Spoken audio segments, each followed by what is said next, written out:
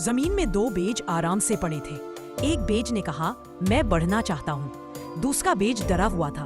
उसने कहा, बाहर खतरा है। पहले बेज ने हिम्मत की और जड़ें निकाली। वो मिट्टी फाड़कर रोशनी की तरफ निकला। बारिश और धूप ने उसकी परवरिश की। दूसरा बेज अब भी जमीन में छुपा रहा। एक मुर्गी ने जमीन कुरेदा और उसे ढूंढ लिया। मुर्गी ने डरे हुए बेज को खा लिया। एक छोटा सा मोमबत्ती खुद को बेकार समझता था। एक दिन शदीद तूफान आया और पूरा गांव अंधेरे में डूब गया। बड़े चिराग और लालटेनें टूट गईं और लोग घबरा गए। तब दुकानदार ने छोटी मोमबत्ती जलाई। उसकी नन्ही सी रोशनी ने सबको सुकून दिया। बच्चे हंसने लगे और लोग इकट्ठे हो गए। सुबह तक तूफान खत्म हो गया और सब ने समझा कि छोटी सी रोशनी भी अंधेरों को मिटा सकती है। इखलाकी सबक, कोई भी इतना छोटा नहीं कि वो फर्क ना डाल सके। छोटी सी कोशिश या रोशनी भी बड़ी तब्दीली ला सकती है। एक बादशाह ने ऐलान किया कि जो बच्चा उसका बेज उगाकर सबसे अच्छा पौधा बनाएगा वो उसका जानशीन होगा। सब बच्चों ने बेज लगाए, मगर एक लड़के लिंग के बेज से कुछ ना उगा। फिर भी उसने ईमानदारी से खाली गमला बादशाह के सामने पेश किया। बादशाह ने बताया कि सब बेज उबाले हुए थे और उग ही नहीं सकते थे। लिंग वाहिद बच्चा था जिसने सच्चाई दिखाई, इसलिए बादशाह ने उसे अपना वारिस चुना। इखलाकी सबक, ईमानदारी और हिम्मत झूठी कामयाबी से ज्यादा कीमती है। एक गांव था जहां सख्त काहत पड़ा हुआ था। खेत सूख गए थे। गांव में राधा नाम की गरीब लड़की रहती थी, तो उसे एक चमकती पोटली मिली। पोटली खोलते ही जादुई मिट्टी नजर आई। राधा वो मिट्टी कुएं के पास डाल देती है और अचानक वहां हरियाली छा जाती है। मगर गांव का लालची जमींदार मिट्टी छीन कर अपने खजाने पर डालता है, लेकिन खजाने में सोना चांदी खत्म होकर कांटे और बेलें उगाती है। आखिरकार राधा मिट्टी वापस ले आती है और उसे पूरे गांव की भलाई में इस्तेमाल करती है। ये कहानी इस बात पर रोशनी डालती है कि सिर्फ ताकत काफ़ी नहीं होती, अकल और तदबीर भी ज़रूरी है। एक शेर अपनी ताकत पर घमंड करता था और बिल्ली को कमतर समझता था, मगर शिकार करने के गर उसी बिल्ली से सीखा। जब शिकारियों के जाल में फंस गया तो अपनी ताकत के बावजूद निकल ना सका। बिल्ली ने अकल से काम लिया और शेर को आज़ाद कराया। तब शेर को एहसास हुआ कि बिल्ली वाकई उसकी खाला है, क्योंकि अकल ताकत से बढ़कर है। ये कहानी एक भूखी और बेसहारा बिल्ली की है जो बारिश में एक गली में जिंदगी गुजार रही होती है। एक छोटी बच्ची उसे देखती है और उसके साथ हमदर्दी करती है। वो खाना देती है और बिल्ली हर रोज उसके घर की खिड़की के पास आने लगती है। एक तूफानी रात में बिल्ली कमजोर होकर बच्ची के दरवाजे पर गिर जाती है। बच्ची और उसकी माँ बिल्ली को बचा लेते हैं और उसे अपने घर में जगह दे देते हैं। आखिरकार बिल्ली को मोहब्बत और नया घर मिल जाता है। अमरूद के बाग के नीचे एक खुशमिजाज बच्चा खेलता है। हवा पके फल की खुशबू से मीठी है। असीम खुशी के साथ वह एक धूप में पका हुआ अमरूद तोड़ता है। हर कौर का आनंद शुद्ध बच्चों जैसी खुशी के साथ लेता है। दिन ब दिन अमरूद का पेड़ एक मूक विश्वास पात्र के रूप में खड़ा है। उनका बंधन खुशी के हर साझा पल के साथ गहरा होता जा रहा है। सुबह की धूप में एक बच्चा अमरूद के पेड़ के पास जाता है, उम्मीद भरी आशा से चमकती आंखों के साथ। अचानक रुकते ही उसके चेहरे पर भ्रम छा जाता है।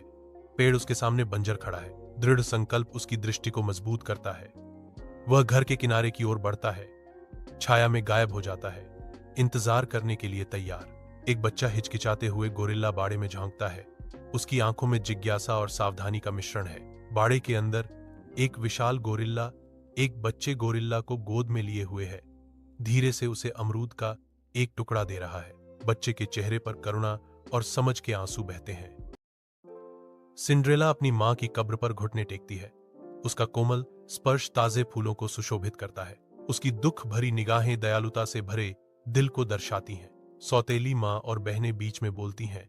उनकी आवाजें तेज और तिरस्कार से भरी हैं। तुम यहां क्या कर रही हो? तुम्हें काम पर होना चाहिए। सिंड्रेला भव्य बॉलरूम में प्रवेश करती है। उसका सुनहरा गाउन रोशनी में चमकता है, जो उसे देखने वाले सभी को मोहित करता है। राजकुमार उसकी सुंदरता से पूरी तरह मंत्रमुग्ध होकर आगे बढ़ता है। उसकी आंखें कभी उसके चेहरे से नहीं हटती। अपनी ही दुनिया में खोए हुए वे रात भर नाचते हैं। उनकी आंखें एक शाश्वत आलिंगन में बंद हैं, क्योंकि संगीत बढ़ता है। राजकुमार आता है। सिंड्रेला के विनम्र घर के सामने सुनहरा चप्पल प्रस्तुत करता है। सौतेली बहनें आगे बढ़ती हैं। उनके जूते पर चप्पल को जबरदस्ती पहनाने के बेताब प्रयास हास्यास्पद विफलता में समाप्त होते हैं। सिंड्रेला प्रकट होती है। उसकी कृपा दृश्य को रोशन करती है, क्योंकि वह आसानी से अपना पैर सुनहरे चप्पल में डालती है, जो एक आदर्श मेल है। यह वही है, वही लड़की, मैं तुमसे शादी करूंगा।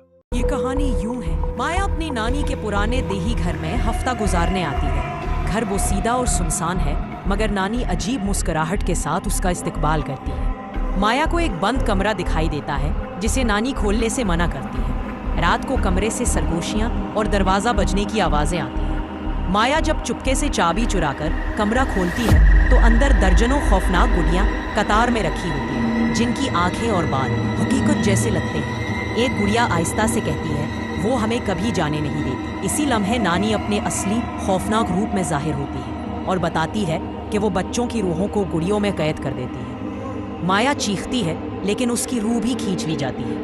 अगली सुबह नानी सुकून से एक नई गुड़िया शेल्फ पर रखती है, जिसका चेहरा बिल्कुल माया जैसा होता है, और बाकी गुड़िया। एलिना को अपनी मरने वाली खाला का पुराना देही मकान विरासत में मिलता है। गांव वाले उसे खबरदार करते हैं कि ये घर मनहूस है, लेकिन वो नज़रअंदाज कर देती है। पहली ही रात दीवारों से सरसराहट और बच्चों की आवाज़ें सुनाई देती हैं। बाद में उसे अपनी खाला की डायरी मिलती है, जिसमें लिखा होता है कि दीवारों के अंदर कुछ है और तहखाने सेलर का दरवाज़ा कभी ना खोलना। आहिस्ता आहिस्ता सरगोशियाँ चीखों में बदल जाती हैं। दीवारों से हाथ और चेहरे निकलने लगते हैं। एलिना को पता चलता है कि ये मकान एक पुराने जलाए गए पागल खाने की जगह पर बना है और दीवारों में जलने वालों की राख शामिल है। आखिर में एलिना भागने की कोशिश करती है, लेकिन दीवारें उसके चारों तरफ बंद हो जाती हैं।